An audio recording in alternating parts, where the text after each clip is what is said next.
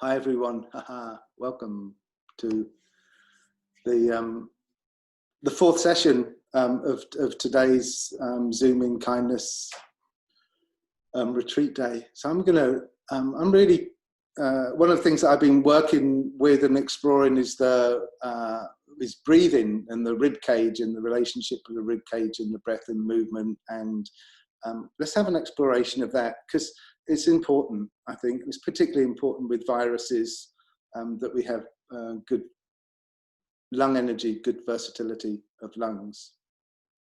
So let's see where we go with that. We will start off lying down.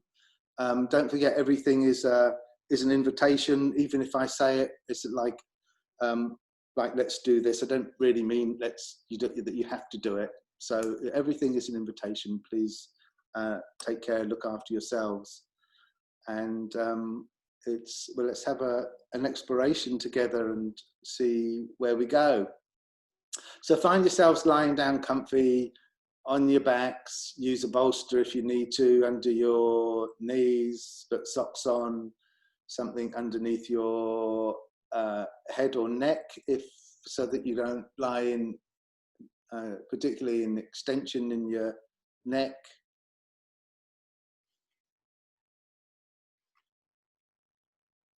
And just take a moment just to settle in your own particular way.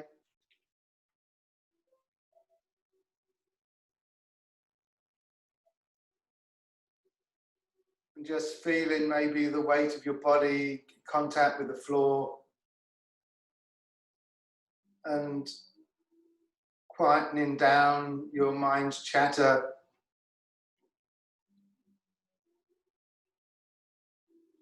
And allowing thoughts to just come if they come, but try not to give them too much energy.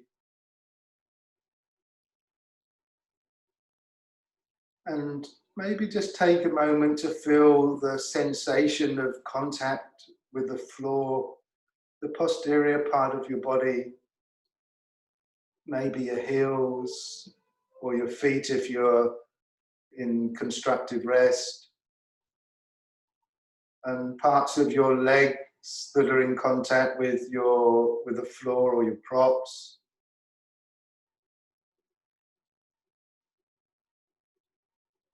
Thighs, buttocks, lower back, upper back, any part of your body that's in contact with the floor, and feel yourself yielding into the floor and at the same time receiving the support that the earth is giving you, shoulders, arms, head. Quiet mind as much as possible. And that learned skill of turning off your mind's chatter becoming really, for me, just an important part of my presence in the world, and in a sense dealing with the craziness of the world situation. And if you're familiar with doing a belly breath, allow some movement of your belly. Diaphragm descends, belly bulges. Have a pause, and then exhale is just a recoil.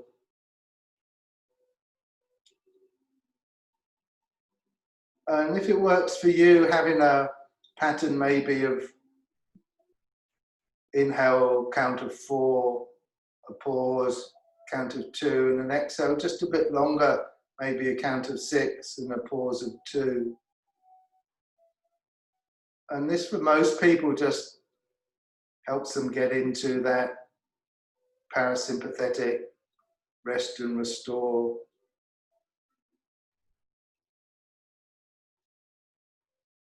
And see if you can have your breath also as even throughout the whole movement of your breath. So smooth beginning, smooth middle, smooth end, smooth pause, smooth transition. So an even quality.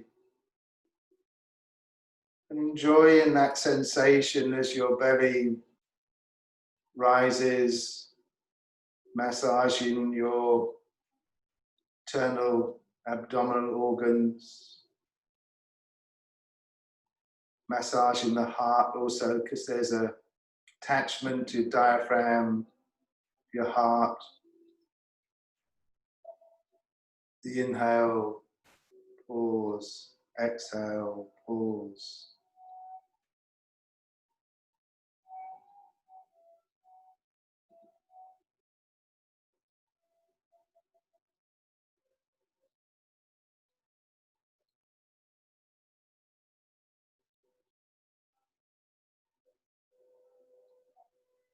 And try not to have your breath strained. And because we're in rest, the movement doesn't necessarily have to be great. And for me, more important is just that smoothness of relationship you have with your breath, movement of your body, quiet mind.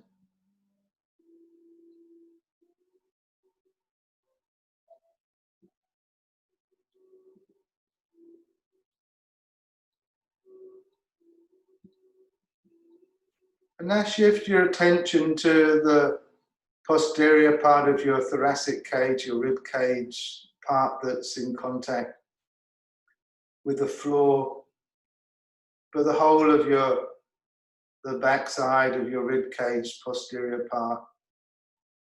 And initiate the movement from your ribs, from the back part of your rib cage, movement of your lungs, movement of your ribs. And keep that, the main part of your movement, focus there. Inhale, expansion, yielding more into the floor, pause. And the exhale is just a recoil, just a letting go.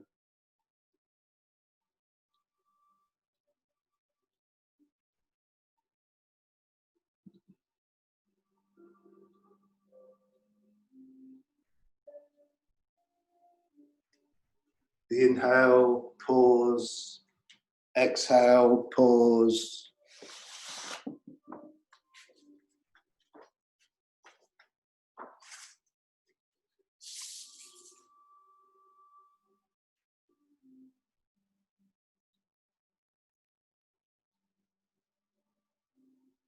Smooth as possible, quiet as possible.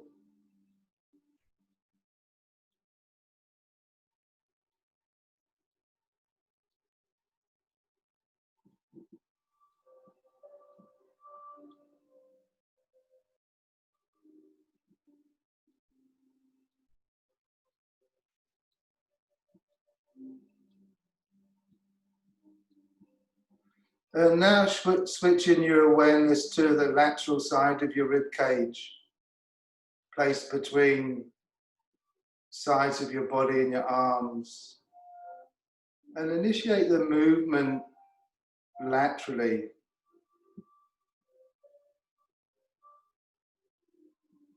Inhale, pause, slightly longer exhale as everything just recoils, and then a pause.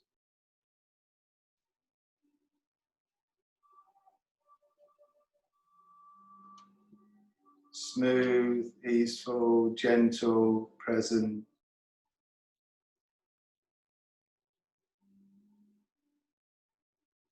Doesn't matter if thoughts come, they will. Just try not to give them too much energy.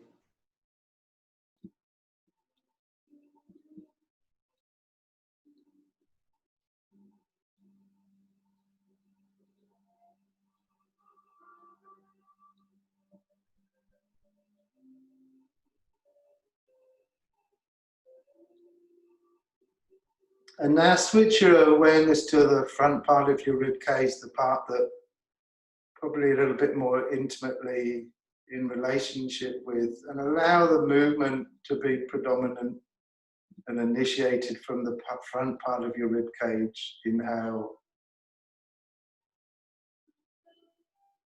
pause, and then exhale.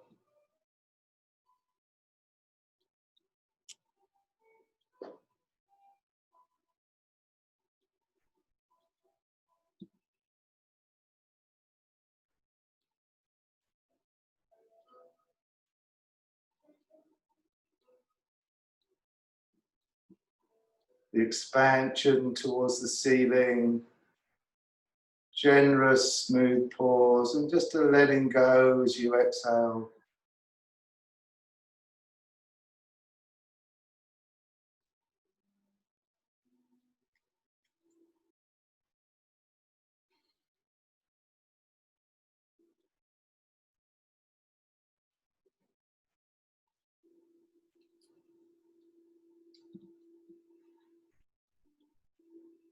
And Celine, welcome from Singapore. We're just doing some lying down work with the breath. We've explored belly breathing, posterior part of the rib cage, sides of the ribs, and now we're at the front of the thoracic cage.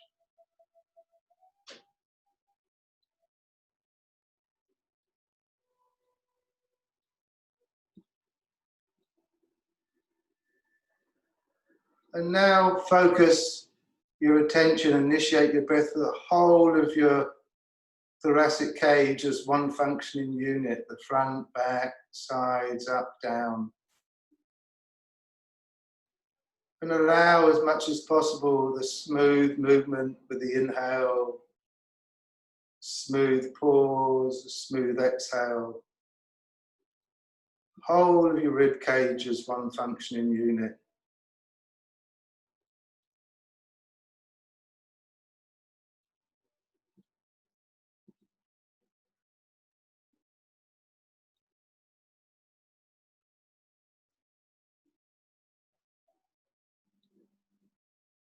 And just see where the movement is, see how easy it is, see how hard it is. No right nor wrong, just your experience here today.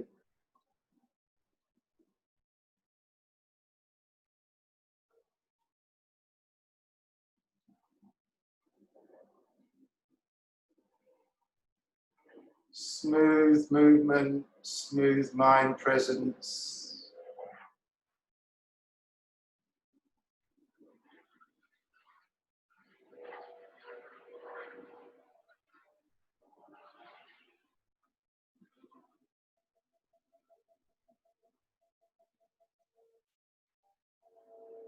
And now imagine that there's a ball or a sphere that's just below your xiphoid process, below your ribs, deep in your belly.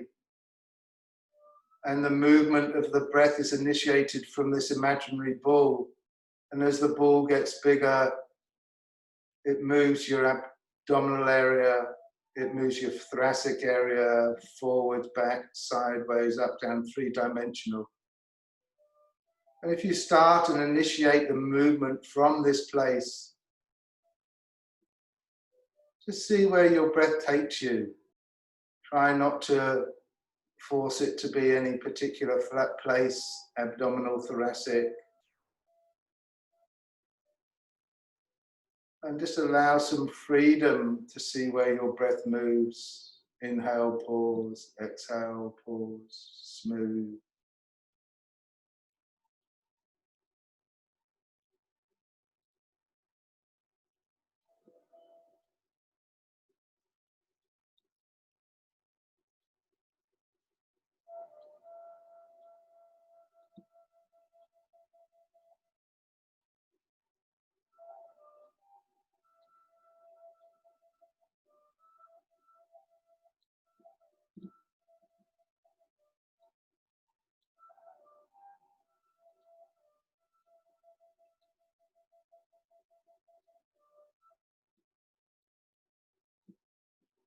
And now just for a short while, just let your breath do whatever it wants to do, no particular focus anywhere. And in preparation for a transition to come to a seated position.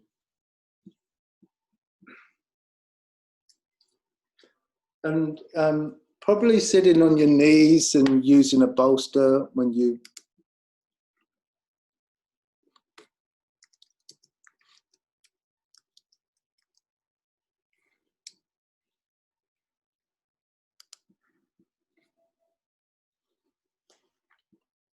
and taking your time. There's certainly no need to rush.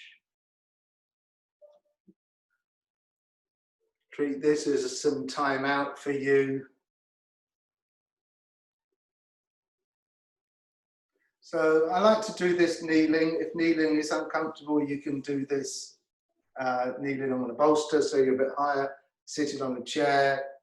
You can, and if you need to move at any stage, please do. I mean, it's so important for me, and it's probably an age thing, you know, this thing of comfort to not having to push myself. I used to more.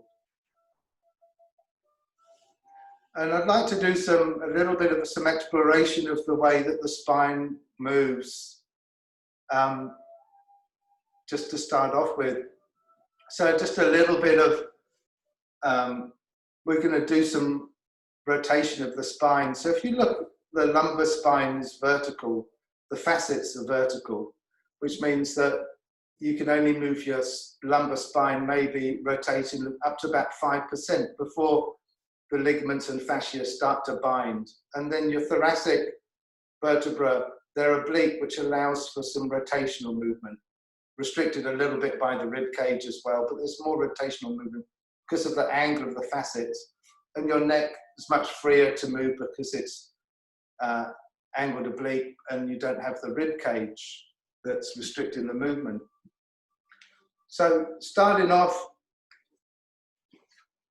placing one hand, keeping your torso and your head facing forward, place one hand gently behind your back and then the other hand on the opposite knee. So this is now just preparing ourselves for doing some lateral rotation. So my right hand is behind my back, my left hand is on my right knee.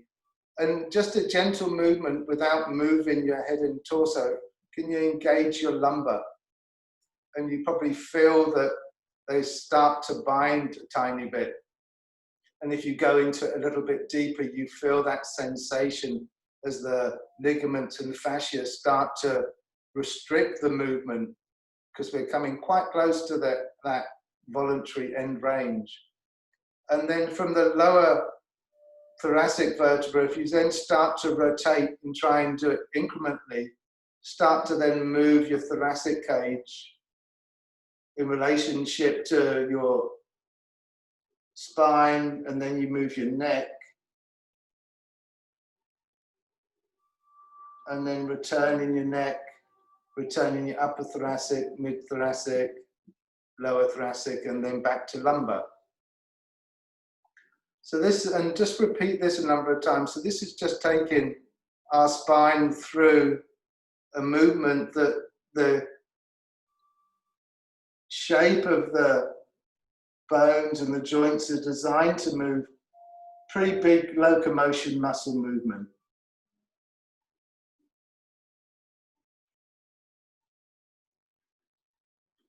And you might want to explore a little bit how your lumbar's engaging. Can I engage it a bit more before I start moving my thoracic?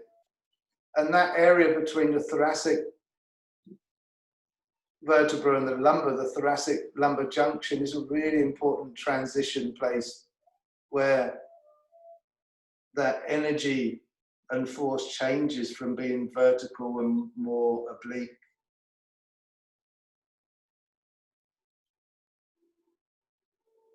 And one of the kind of things that we explore is, can we do this vertebra by vertebra? It doesn't really matter if you can or can't, but the exploration around that is kind of quite revealing in many ways. And then when you're next facing forward, swapping hands over. So again, keeping your torso and head facing forward. Now my left hand's going behind my back. You might be your right hand. My right hand's on my opposite knee. And straight away, even in this position, for me, I feel the right side of my lumbar engaging because there's some tightness. However, as I start to engage my lumbar, I'm just telling you my experience, is that it's easier for me going this way. Or it's more, what do I mean by easier? The fascia and the ligaments take longer time to engage.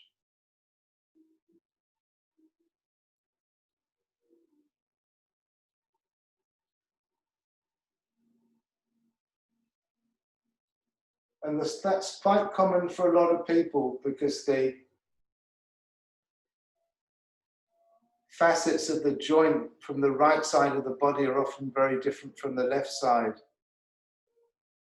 partly through evolution. So I'm talking, and the idea is you keep exploring the movement really. Through evolution, probably being right-handed people, that there's things spiral in different ways, so the shapes of our bones have accommodated that. Right-handed, plus we also spiral into the earth. And also our internal organs are not symmetrical, so there's spiralic movement that happens there as well.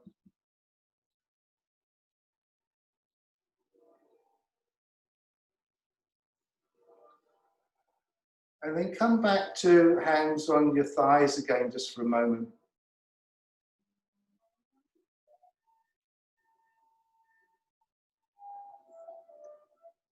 And let's do a couple more things. Then I've got a little clip of a video I want to show you. So again, let's put I'm putting my right hand behind my back, left hand on my thigh. And this time when you move, maybe move with a sense of fluidness. So rather than just feeling whatever you were feeling or moving in whatever way you were moving, can you move with a sense of fluidness?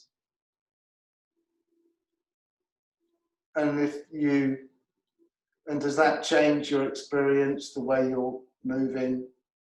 Are you moving slow or faster?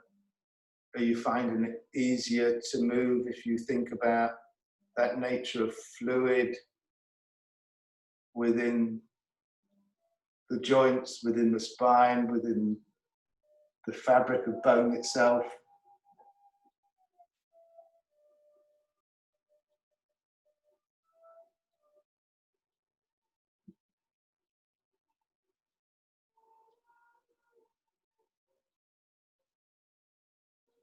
And then when you're next again forwards, the other side, the same thing of your exploration, working and moving with that sense of fluid.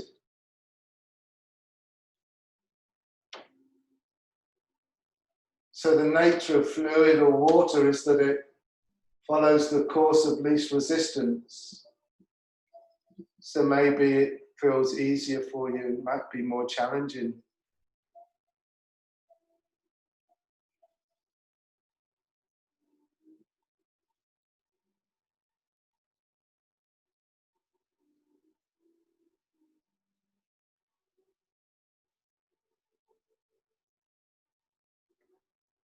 And then come back with your hands on your legs. I was going to do another one, but I'm just going to, I'd like to show you a little video clip, if I may.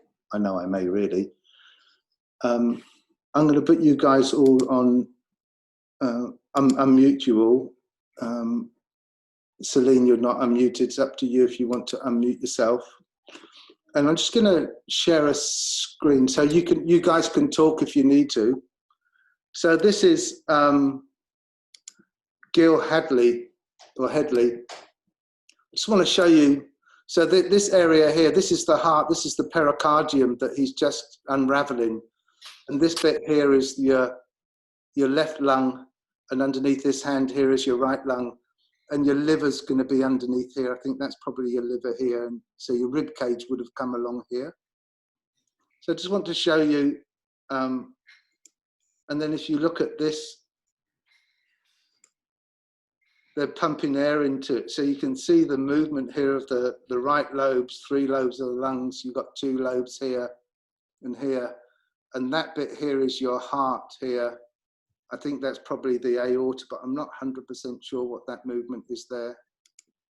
And I just want to show you now in relationship to your liver here, that's on your right side of your body. So this is a cadaver lying on its back and the liver spanning here. So this would have been your rib cage here too. And he starts to now look at taking away the pericardium and the covering around the heart so that you can see how the heart is peeled back here, the lung tissue on that side. So he's starting to peel back the heart. And he's amazing because when he works with it, he caresses it like it's the most amazing, sensitive. So, and you see all these striates and things through the heart as well.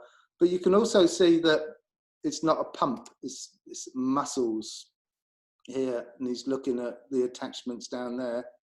And then I'd just like to show you when he places them back again, how you can see the lungs are now, and look at that, the surface that they share, that when this lung moves here, that it's going to start to massage the heart here, and when this lung moves here, also starts to massage the heart. So they've got this incredible, intimate, shared space together.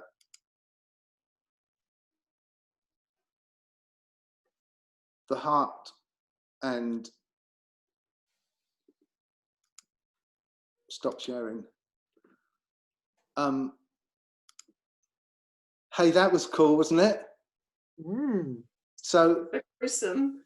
huh? Could have come with a warning. Oh, sorry. I mean, I realised I should have said that it. You should have warned me. Sorry. I'd just like to warn you. We're going to see a cadaver now. Sorry. I was just so excited to show you. But hey, look, that's real. You know, often when we see, and particularly for me, probably for a lot of us, when we visualize what the heart and the lungs are doing, and we look at it from a more of a static diagram that we see, you know, because the heart is it's not a pump. It can't pump. It doesn't have the power to pump around the whole of the venous and arterial system. So going to do some explorations around. I'm going to put you. Do you want to? Anybody want to say anything? You all cool with that? Sorry that I just chucked it. So I'm going to mute you all again, and going to get you guys to come back to that kneeling position and just explore. I do need to go and spend a penny, so just do a little bit of exploration of that rotation, and then I've got some other cool things that I want to share with you also.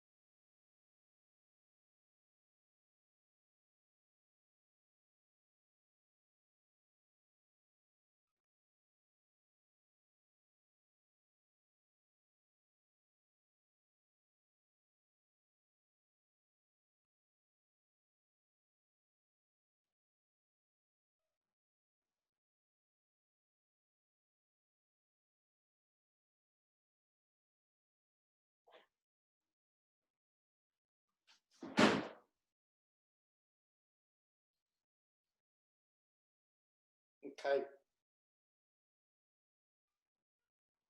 So one of the things that we explore a lot in the bone yoga is this rotational movement of the spine, and having that freedom of movement and ease of movement throughout the whole of the spine, because it's so important. So if we then do that again, place a hand behind your back and the other one on the opposite knee, and look at the rotational movement, but this time, can you initiate the movement from the lung tissue itself? So rather than moving your spine or thinking about moving your thoracic cage, can you initiate that movement from the actual tissue of your lungs. And if you kind of don't quite know what to do, just allow your own internal knowledge and wisdom to do what it needs to do.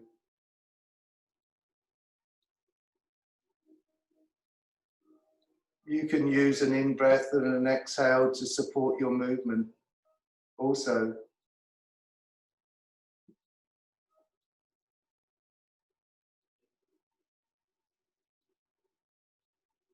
And you don't have to stay fixed with just doing a rotation and coming back, but explore movement of your thoracic cage in relationship to the actual fabric and makeup of the tissues of your lungs, and then swap sides again too. And while you're exploring this side also, maybe also have a sense that as you're moving and rotating, it's creating different tensions within inside the fabric of your lung tissue also. But it's also that movement, particularly not just the movement, but the movement that happens with the inhale and exhale, that you'll have a sense maybe that you're massaging your heart at the same time as you're doing this. That beautiful, intimate relationship of shared boundaries that the heart and the lungs have, or shared connections.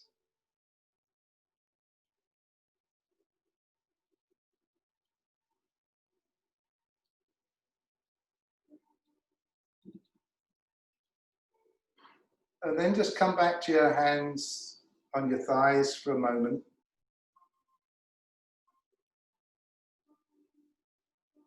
And just be for a moment with whatever is going on sensation-wise.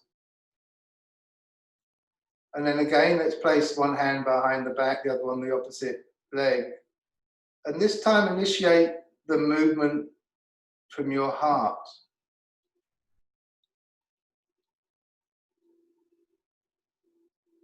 And does that change the way you move your experience?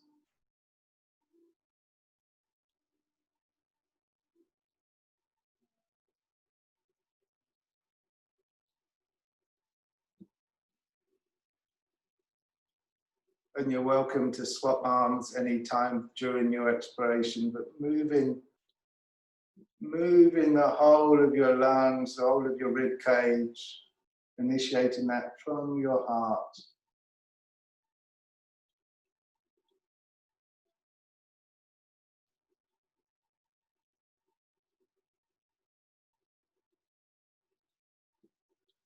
And if you choose, you want to, swapping hands over, so you experience what it feels like the other side as well, because they're always going to be different.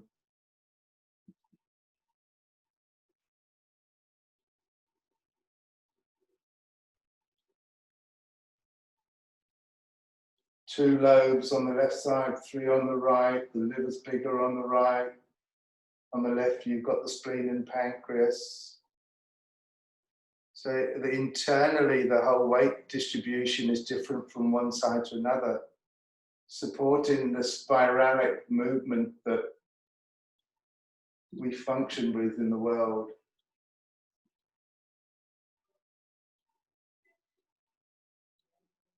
And then coming back to your hands on your thighs again.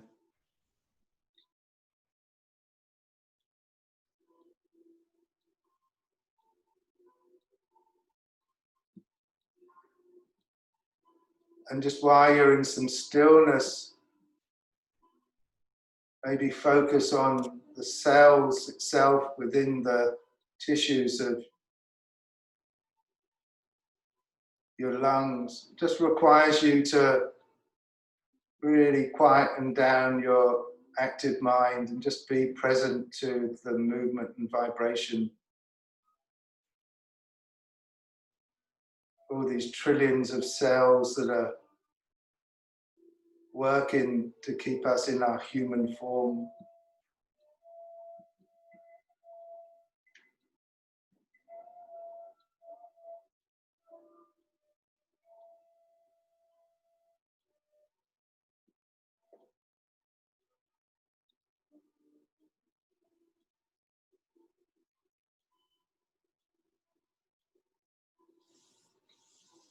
And then just moving on from that kneeling position, let's come into a cat-cow position.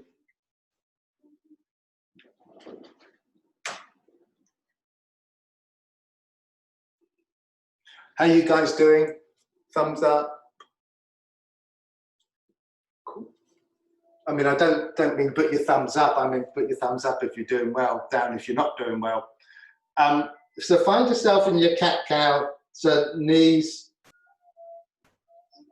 hips above your knees, shoulders above your hands. And just take a moment to settle in your cat-cow position, allowing your weight of your whole hip area to be transferred down the long shaft of your femur into your knees, supporting you. It's that long shaft of your bone that's there, that's acting as a support. And with your hands, feeling the contact of your fingers, palms of your hands, tensions in your wrist, the two bones in your lower arms supporting you from your elbow to your wrist and your upper arm. The humerus supporting you from shoulder girdle to your elbow. And in this position, can you just soften any unnecessary musculature that's supporting you to be here, so you can use the skeleton really well. And start by doing some little rotational movements of your hip. And maybe an image for you is that the socket of the joint, of your hip joint, is massaging the ball of your joint. So just allow for some maybe small rotational movements. Ilium on hip joint.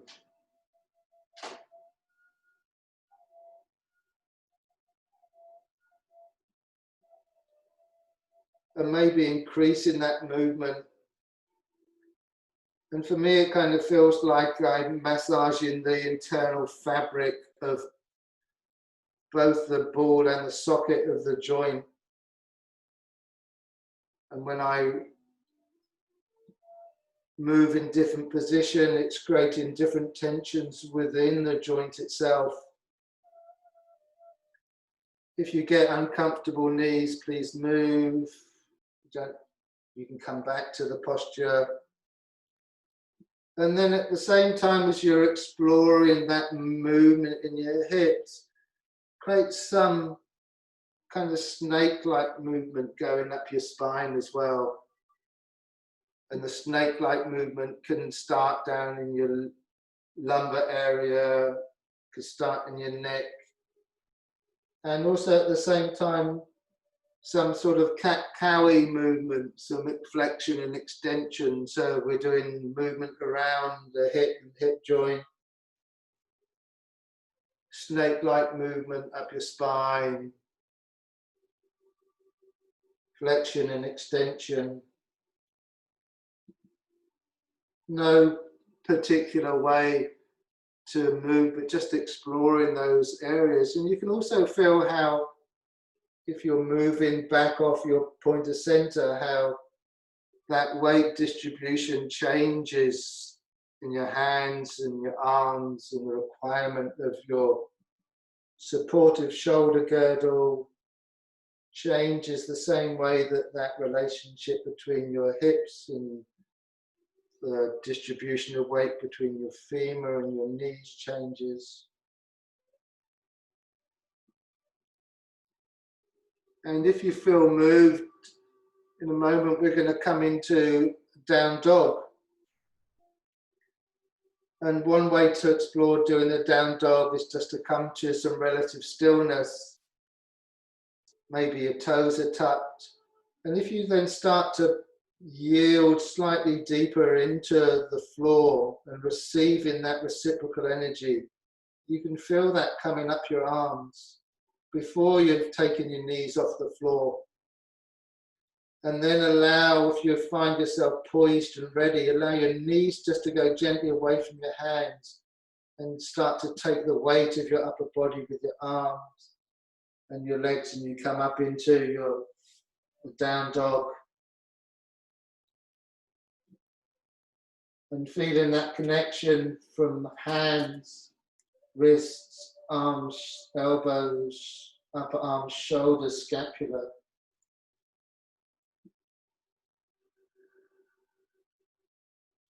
And your feet all the way up to your hips.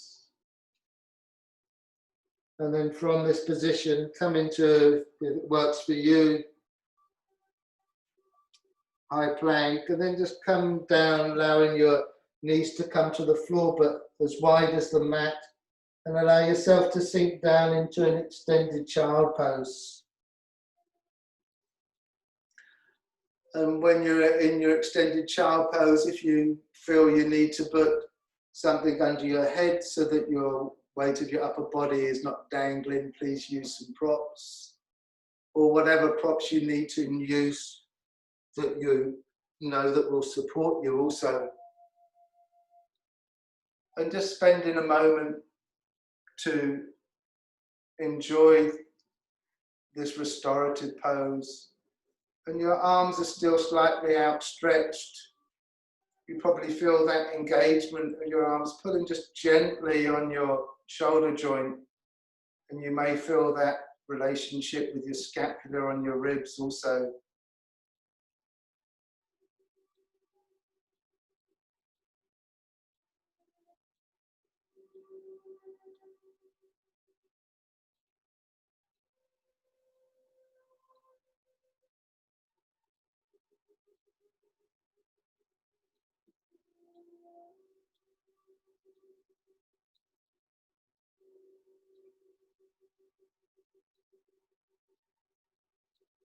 And from the extended child pose, allow your arms to come along the floor and your legs go away from yourself and come into little mini cobra.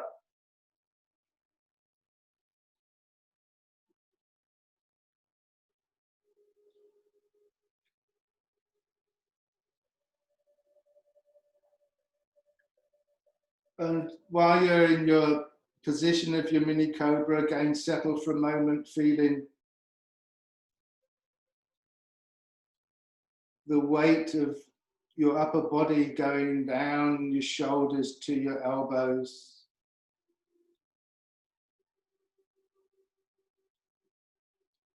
And then dropping your forehead to the floor, your elbows go away from each other.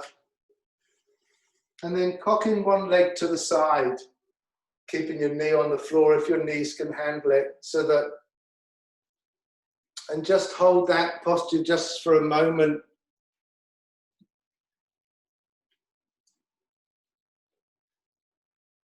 The inhale and the exhale, just softening and letting go.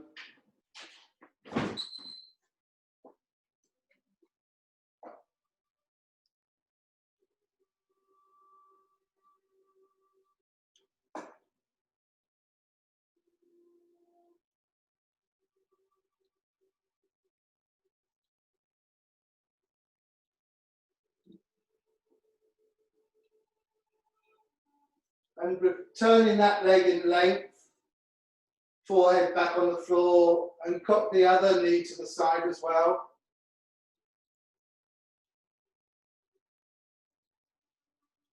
Well, I don't mean as well, I mean separately.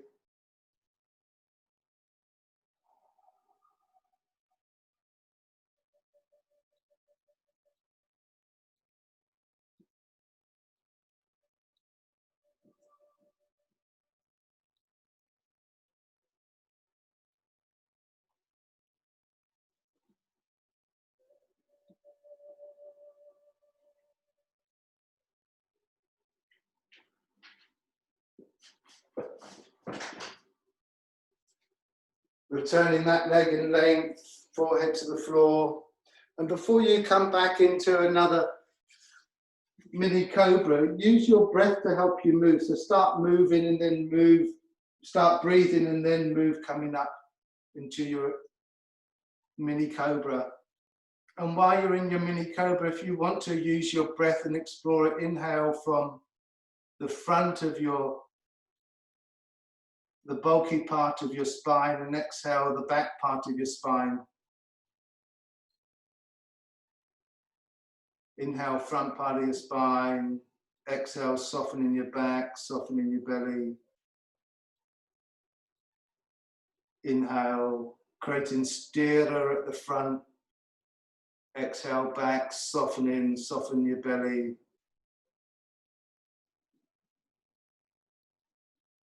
And then again, your elbows away from each other, your forehead to the floor. And again, keeping a knee on the floor and gently cocking, again, your knee to the side. And feel that sensation maybe of compression that is happening in your sacroiliac joint in your lower lumbar. And this compression also helps to release some of the tensions, so breathing in. And the exhale may be using just to help you relax and soften any unnecessary tensions that you might be feeling.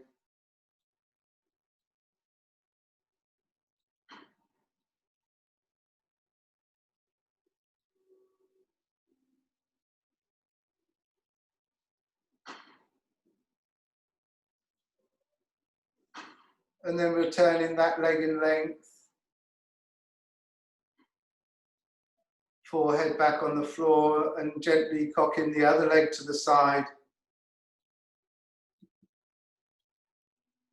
Probably feel very different, and if you're comfortable, either keep your forehead on the floor or cock your head to the side again.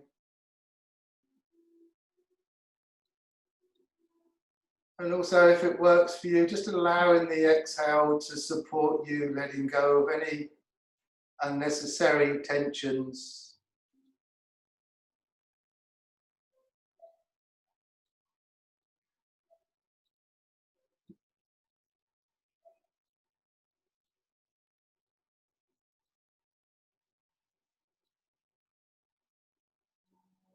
And returning that leg in length, forehead to the floor.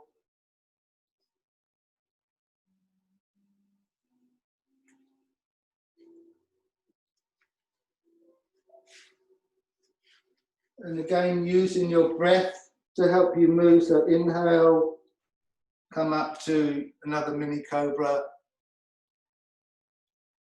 Exhale, softening, letting go. Inhale. Inhale, front of your spine, deep down in your coccyx, all the way to the top of your spine. Bulky part of your spine. Exhaling the back part. Softening your lower back, belly.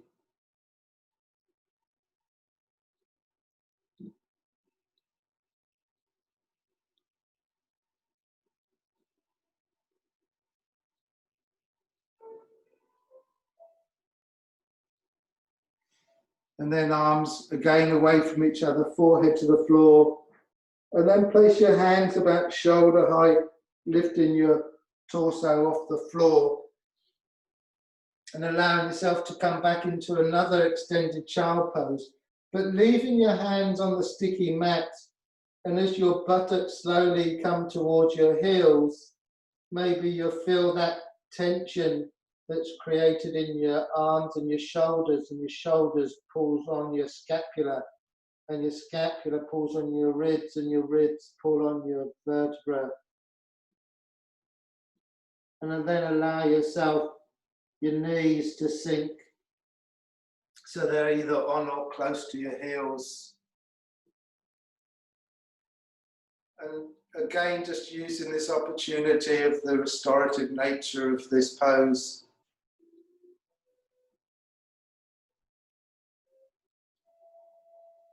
To maybe help support you with letting go of unnecessary held tensions, mind, body.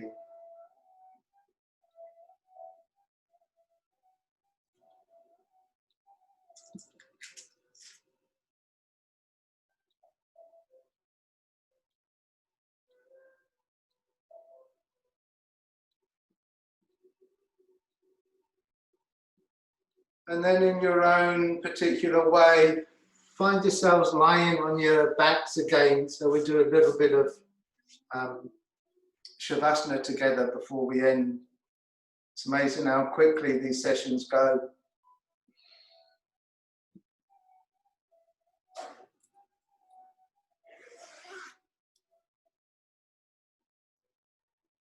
And again, just take a moment to settle yourself so you really are comfortable. It's such a treat to give ourselves that little bit of time to be as comfortable as we possibly can. And as you're lying down, no real particular agenda.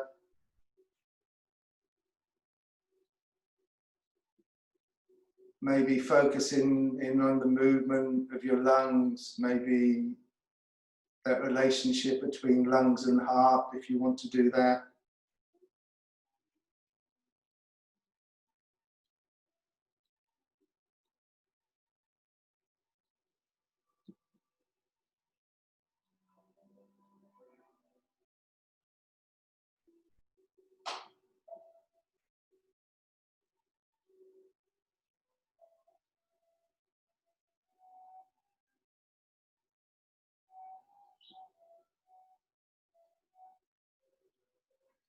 And again, if it works for you, just allowing yourselves to drift off in that twilight zone, place between awake and asleep, and just hover there if that's a place where you find yourself.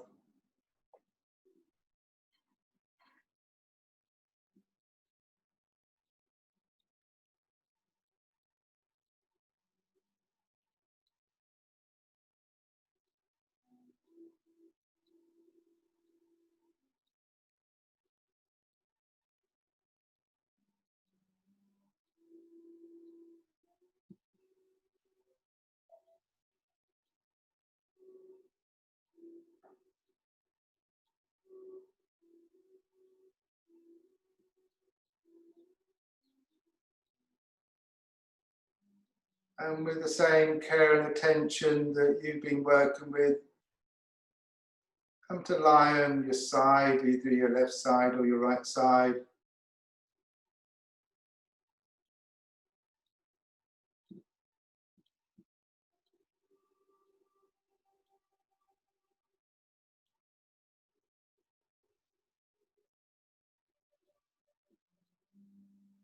And while you're on your sides, just take a moment maybe to give yourself a cuddle, some appreciation for yourself, kindness to yourself for all the work that you have done to become who you are.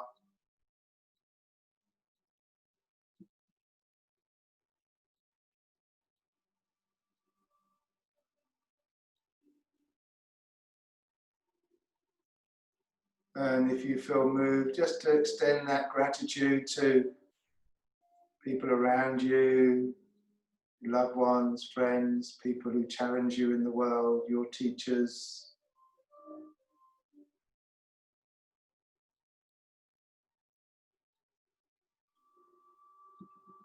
And maybe we can just have a little collective sense for some wisdom in the world and maybe for world peace too.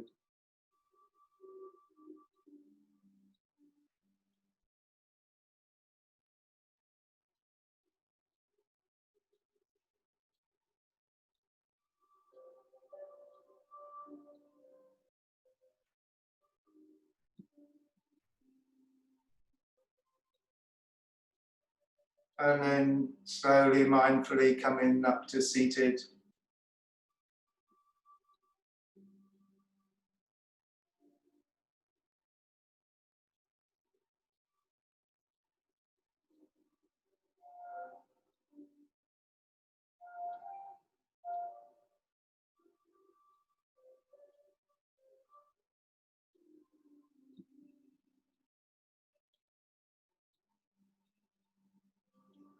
Thank you everyone for joining me. Namaste, kindness to you, namaste. Thank you, Paul.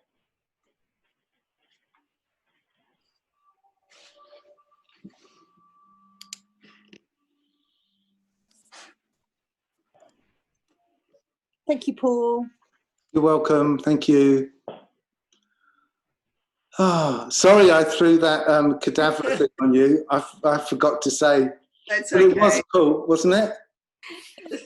It's okay. Excited.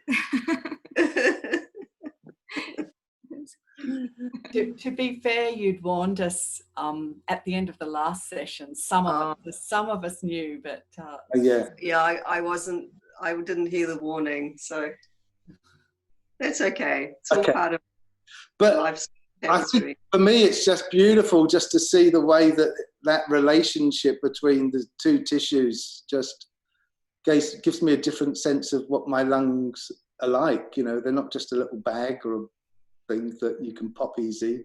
Big muscle, heart muscle. I'm going to turn it off, record, and we